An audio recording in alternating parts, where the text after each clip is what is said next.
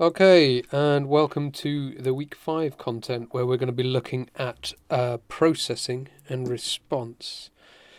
So, this is quite a massive subject really, but we're going to take it one bit at a time, and I'm just going to introduce some of the key concepts and some possible techniques.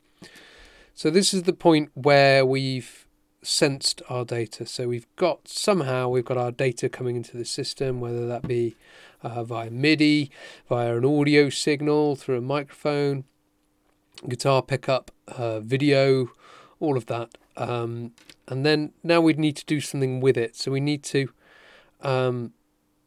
make this data usable, basically. Okay, so let's have a look at some common things we need to do with raw input data. Okay, so we're going to use signal analysis as our first example. Okay, so we've got some particular problems here. Okay, now the first thing is that we've got a signal coming in rather than a message. Okay, if we're using a MIDI controller, then we've got MIDI data coming in, which is a message. There's discrete message events being passed into the system. If we've got a signal coming in, then this is at the audio signal rate. So this is 44.1 kilohertz, 48 kilohertz. That's a lot of data coming in. And really what we could do with doing is converting that to a message somehow. So there's these max objects which will do that. Okay. Now with that kind of rate as well, the data is coming in very fast, so we may need to slow that down. So we could use the speedlim object to do that, and we set its argument to a particular millisecond interval.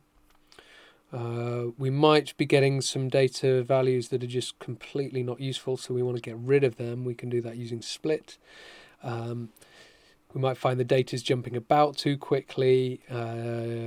Data's in the wrong range, so it's -1 to 1 instead of 0 to 127.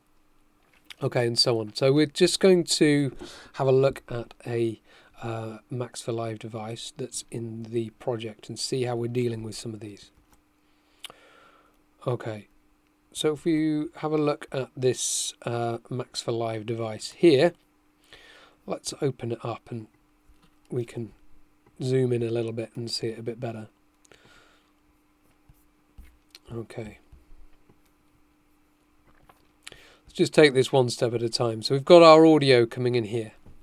Okay.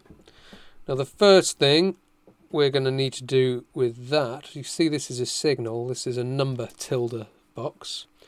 Okay. If we connect the right outlet of that to something, that's going to convert it into a message. Okay, if we press M for message, we can see the message coming out there. Okay. Now the problem with that is that it's jumping around a lot for one thing, and it's also occasionally got minus values. All right. So what we can do with that is use this abs object here.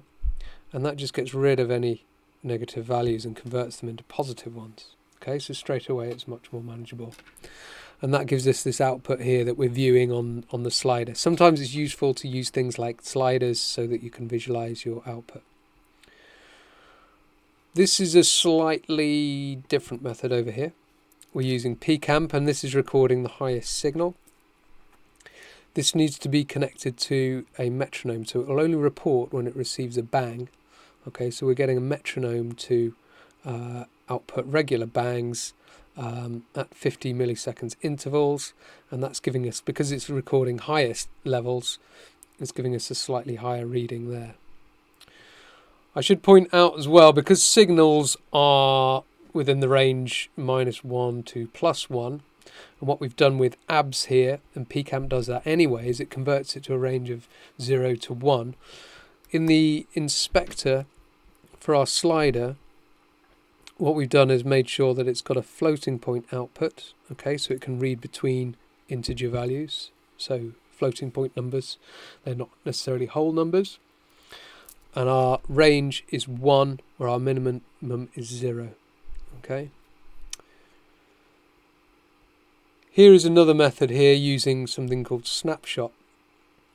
Okay, this also, what this does is it basically takes a photograph of the signal and outputs its current value when it takes that photograph, and the intervals at which it does that is the argument here, so it's set to 50 millisecond intervals. Okay, again we've got abs 0 to get rid of any negative values, because remember it can be from -1 to +1. Okay, and then to stop it jumping about like it's doing so here and here, basically what we're doing is we're using slide, and that introduces as a sort of gradual ramping of values according to the two arguments, slide up and slide down, or maybe it's the other way around. But we can use a control here to basically smooth out the data and make it change less quickly. Okay, so if I talk loudly again, we can see that value going up there. And then finally, because this is 0 to 1, what we're doing is changing the range so that it's, instead of between 0 and 1, it's 0 to 1 to 7. Okay, now, so if I go quite loudly, if I speak quite loudly into the mic, ooh, we can see that go up there. Apologies for that if you're on headphones and you've got them loud.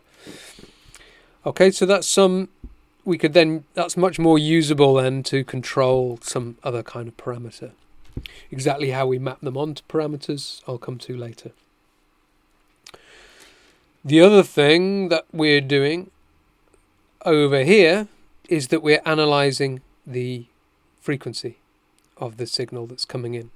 Okay, when that comes in, we get a signal. This is at signal rate, so we're using the right outlet here of the number box to change it to a message. It's still a frequency value, and we want a pitch value, so we're using F2M to do that conversion. And then we only want a particular range of notes, so we're using split to specify a range of values that we want. So we only want between this pitch value and that pitch value.